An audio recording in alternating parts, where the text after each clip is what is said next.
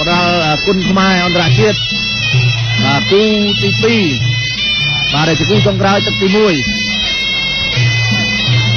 បាទលើនេះដូចបានជម្រាបជូនអញ្ចឹងបាទសហព័ន្ធកីឡាប្រដាល់កម្ពុជាពីមុនយើងដាក់សហព័ន្ធកីឡាប្រដាល់កម្ពុជាបាទឥឡូវនេះគឺយើងផ្លាស់ប្ដូរបាទក្រោយពីបានធ្វើប្រជុំគេហៅថាភូមិសរុបការងារប្រចាំឆ្នាំហើយបានធ្វើការផ្លាស់ប្ដូរនៅពីប្រដាល់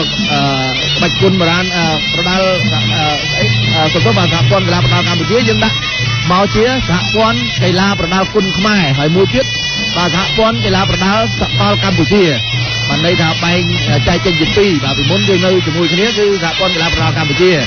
បាទឥឡូវនេះបែងចែកសកលដោយសកលគឺប្រដាល់គុណខ្មែរដោយគុណខ្មែរអធិស្ឋានបាទការវែងញែកបានបោះក្បាយបាទទឹកទី1សម្រាប់ការជួបគ្នានៅក្នុងតំណែងគូប្រដាល់លក្ខណៈមិត្តភាពអន្តរជាតិបាទគូទី2បាទដែលជាគូទី4ហើយក៏ជាគូចុងក្រោយសម្រាប់ការប្រកួតនាបាទល្ងាចថ្ងៃសៅរ៍នេះទឹកទី1ចាប់ផ្ដើមយើងឃើញហើយឡុងសវណ្ណឿនបាទគឺជាកីឡាករដែលឈរនៅលេខរៀងលំដាប់លេខ2នៅក្នុងការប្រកួតបាទវិលជុំបាទដណ្ដើមខ្សែក្រវ៉ាត់បាទភេសជ្ជៈបើកម្លាំងខារ៉ាបាវរដូវកាលទី2បាទអញ្ចឹងរឿងសុភ័ណ្ឌគឺឈរនៅលេខ1ហើយឡុងសវណ្ណឿនគឺឈរនៅលេខ2អញ្ចឹងអ្នកទាំងពីរនេះសំដៅបាទឡុងសវណ្ណឿនគឺមានឱកាសបាទឈានទៅប្រកួតនៅក្នុងវគ្គវែងជាមួយនឹងកីឡាកររឿងសុភ័ណ្ឌ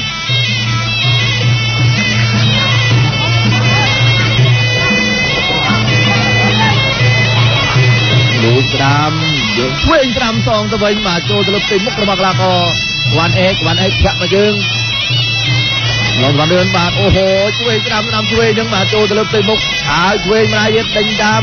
បាទរកការសងធាក់មកយើងស្ដាប់ដៃស្ដាំចូលពីដៃ3ដៃណាបាទដៃចុងក្រោយនេះហាក់បីដូចជាធ្ងន់ជាងអាដៃបាទពីរដៃមុនអញ្ចឹងបាទធ្វើឲ្យកីឡាករវ៉ាន់អេកបាទដាច់ផ្ងាអញ្ចឹងកណាកំពុងតែធ្វើការរាប់ទៅលើកីឡាករវ៉ាន់អេកហើយបាទ7 8បាទ9